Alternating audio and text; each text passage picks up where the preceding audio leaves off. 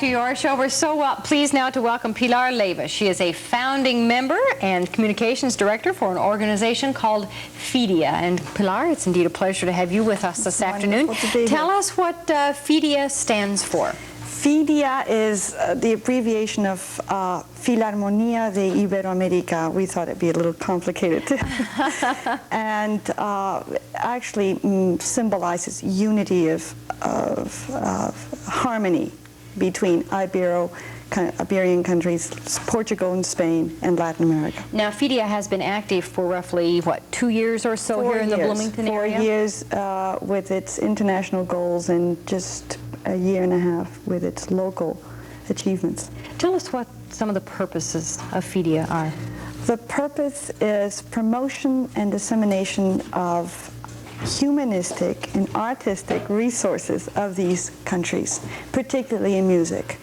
Do you think that a lot of Americans of my generation and older have somewhat of a stereotyped image of the Latin America countries? We read so much in the paper about the poverty and the war and this and that, and there seems like there has to be so much more to offer there. Joni, I hate to say what I feel about our generation, my generation in regards to Latin America, and I really feel that it is so, I don't even think they have any awareness at all. None. So the process is difficult. What you hear in the news is basically war. Right. But there's a lot of exquisite humanistic and artistic aspects that are very enriching. Some examples of these. Well, can we say some of the examples would be that partly this country is Latin America originally?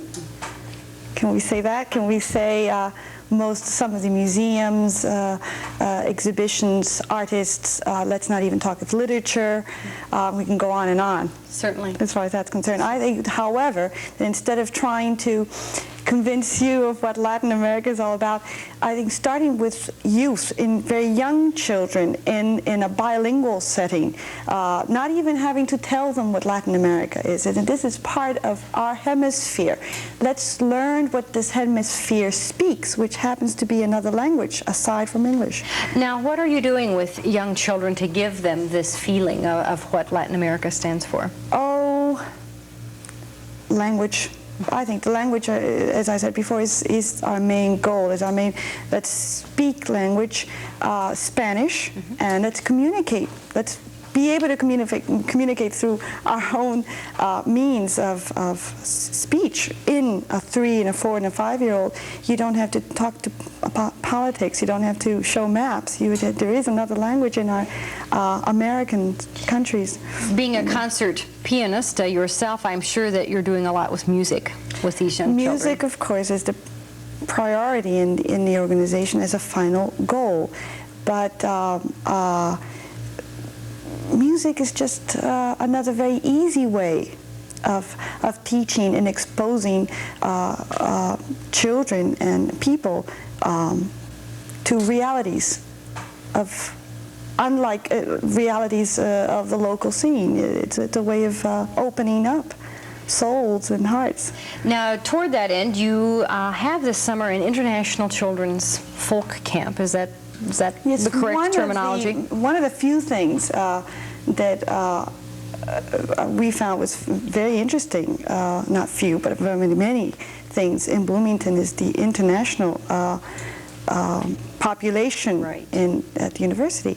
And we thought it'd be fascinating to get these children together and have them share their countries and their cultures and their games and music and dance and crafts with the children in Bloomington. We have some videotape of some of the types of things that will be taking place at this camp. Obviously here we're watching some of the dancing. We can see that it is a very international The interesting thing here, Joni, is that most of these children, I think we had 8 countries amongst 14 children. And that's very extraordinary. Yes, yes. What, in addition to the dance and music, what are some of the other things that you plan to do, that you do at this camp? Crafts. crafts from different countries. Today we are visiting Japan. Tomorrow we'll be going to Malaysia. Yes. And on Wednesday to Ireland. And then we will be visiting the Indian American on Thursday. Right, right. So here the children are working in a mosaic, in a Israelite, Jewish. Do you think that world peace, I don't want to get too grandiose here, but do you think that children hold the key, and that by starting with them early and teaching them love? The future. Yes, yes. It's the adult of the future. I think that it is very important. Do you still have openings in this camp for children this summer? We do have openings, yes, we do. We were a little bit late in our advertising, so we do have openings, and we'd love to have more children. It's going to continue on through this next week. Thursday, today, Tuesday, Wednesday, and Thursday, yes. And where does this take place? At Bryant Park. And we do have a phone number where people may call if they have any questions about the camp or about the Cultural Center, which is on South Henderson here in Bloomington. That number is area code 812-33-FIDIA. Easy enough to remember, Right. F-I-D-I-A. So that's 33-FIDIA, and they can learn more about the camp.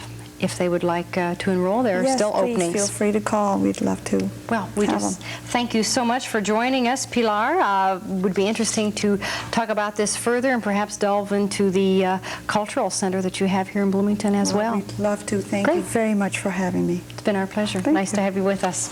Let's go back now to Rich Green, I believe, at the Marion County Fair, where he has some more excitement there for us. Rich Green.